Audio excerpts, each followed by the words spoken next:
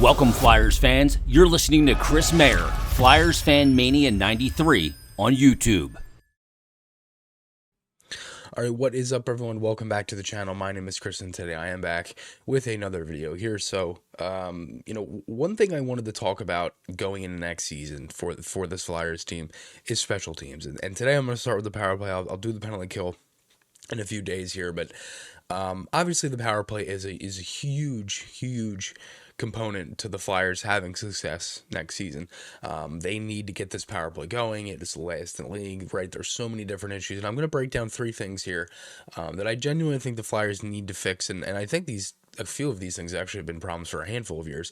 But look, the power play, just looking at some stats, obviously, 32nd in the league. They scored 30 goals on 239 opportunities at a 12.6%. So obviously that was the worst power play in the National Hockey League.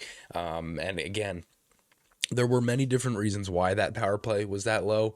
Obviously, when you have guys that are hurt, you don't have your best players, and that can change that. So obviously, personnel that is the biggest thing for this team is trying to get the right personnel.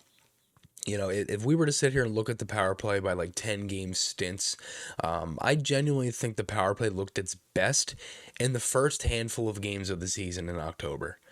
And it's probably the easiest answer, but it's also the probably most legit answer, if I'm being honest with you, because right when the Flyers had all of their offensive issues where they weren't scoring, they were scoring 1-2 goals, then they would get shut out or something like that. Then it started the first 10 game losing streak of the season in middle to late November. The power play actually wasn't bad, and that was when they switched up everything. They switched up the power play units when they weren't scoring. They had, I believe, 1 or 2 goals, and they had a good road trip in Western Canada when they won.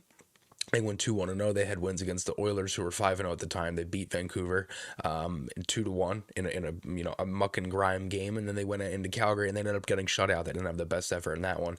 Not as many shots on net either. Flames are obviously a very good team in that defensive, certain stats. So that was the thing, right? The power play looked good. They were 0 for 10, but it wasn't an issue, and it wasn't something to just switch. Well, the coaching staff decided to change it.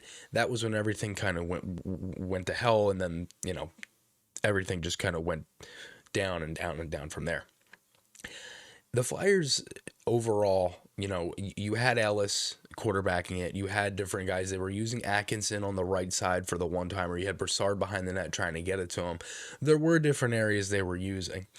I genuinely do think, personnel-wise, there were some guys that I would have kept on it instead of leaving it, but I think the number one thing for this power play is zone entries. Zone entries are huge. Like, zone entries have been such a problem since the bubble, and probably even before that. It's just been a constant theme of if they lose the face-off, they cannot get set up again. And I don't know what it is or why they can't do it. But it just feels like every time this team, if they were to lose the face-off, it doesn't matter if it was Couturier, if it was Giroux at the time, if it was another center, somebody like that, if it's Hayes, they lose the draw. And once they lose the draw, they can't get set up. I think the biggest problem is they dump the puck in and nobody retrieves it. I heard you hear the stat the other day about Carolina, right? Jeff Marek brings it up. They dump the puck in. They're number one in dumping the puck in. And then they're number one in puck retrievals. So they dump it in and then they go get it. And they're the best in both of those categories. Now, obviously, that's 5-on-5. But you get my point. Like, you can't have a power play where you are outmanning the other team already on the ice. You have 5, they have 4, and you are not the first one in there. You have to be able to make sure you're in the areas to win puck battles, especially on the power play. And if you get set up, that's fine. I think the number 2 thing is the quarterback. I personally thought the power play looked the best in the beginning of the year. I think Ellis was probably your better option. I thought he kind of elevated the power play. In some areas, obviously he only played 4 games, but in some of those games it did look good. I did not really like Yandel. I don't like Provorov on the power play. Honestly, Sanheim is a guy that I am willing to give Sanheim another shot. I don't think he was given the most fair shot because of everything that was kind of going on.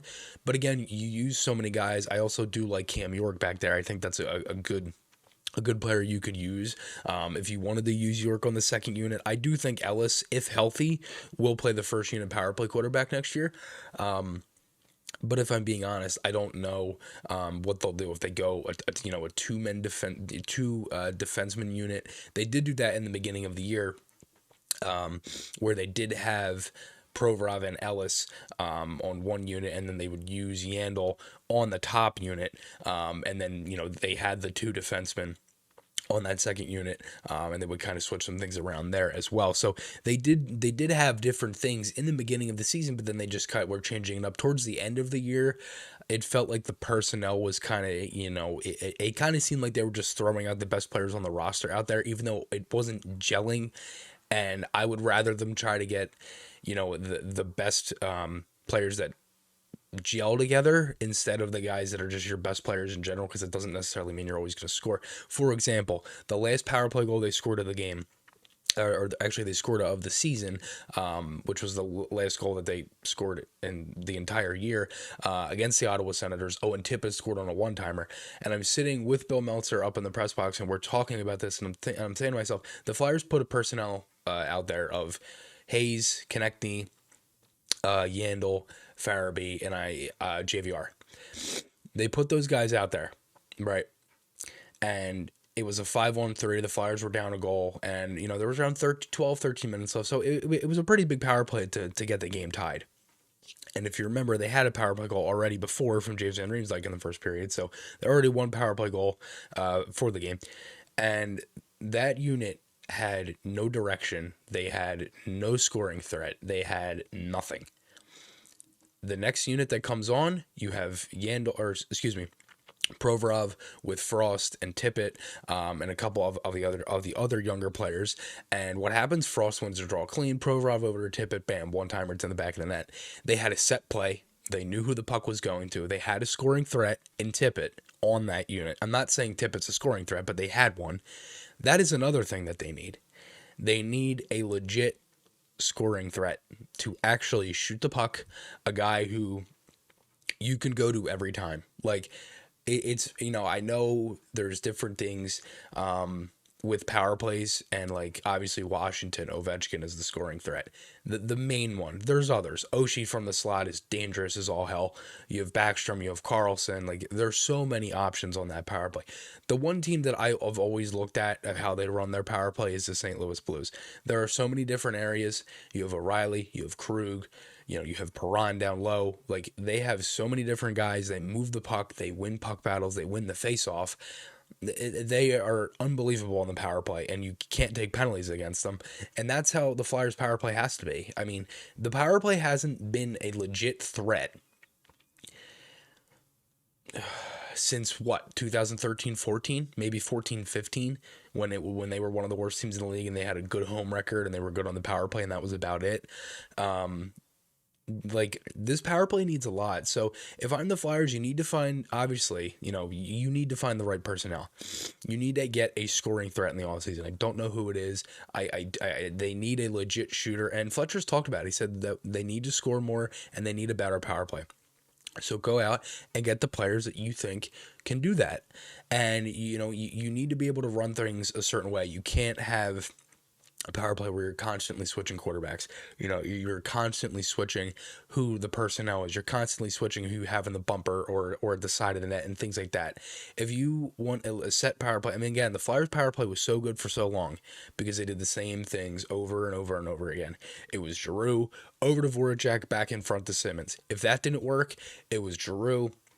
They got to spare for the one-timer, or they would get that cross-seam pass. The Flyers can't get the cross-seam pass going anymore. They lose, again, they lose the battles. Certain guys are in certain areas that they shouldn't be. Like, you need to be able to get guys at the side of the net. Like, if for example, like an Owen Tippett, put Tippett right in the bumper. I don't necessarily like Tippett at the side of the net. I don't really like him at the front. Kevin Hayes, they had him in the bumper as well. Hayes isn't really a shooting threat. Like, you need a legit shooting threat in that slot. had Braden Shen there for a while. Like, you need a guy who can come in and shoot pucks. You also need a legit quarterback who that you have confidence in, because it seems like they don't have any confidence in any of the quarterbacks that they've used. York has been elevated a little bit. You have Provorov, who's been up and down. Like, Gostisbehere, when he was here, nobody was really comfortable with him. In the Alain Vigneault era is what I mean there. Like, so look, the power play needs a lot, and there are different things, but those are three things that I legitimately think: it's zone entries, a quarterback, and a legit scoring threat. And those are the few things I think the Flyers power play needs, just to get better. I mean, again, I've talked about it before. This power play, if it gets going, if the Flyers can get a legit power play going, they will be a much better team. If special teams is at least in the middle of the pack, they will be a legit better team. Or if they could get it to be a top 10, I don't know if they can. It would be great. I do think the penalty kill could get back up there, because it was, I believe, 7th in 2019-20. It definitely could get back up there. I just don't know about this power play, because it's been an issue for years, honestly, since Fletcher has taken over as general manager. So we will see what happens. But those are three things that I think the Flyers power play needs going into the 2022-23 season. Let me know your guys' thoughts below. Remember, guys, you can check out SeatGeek, and also the merchandise. You can check that out below as well. Thank you guys for watching, and I will talk to you all again soon.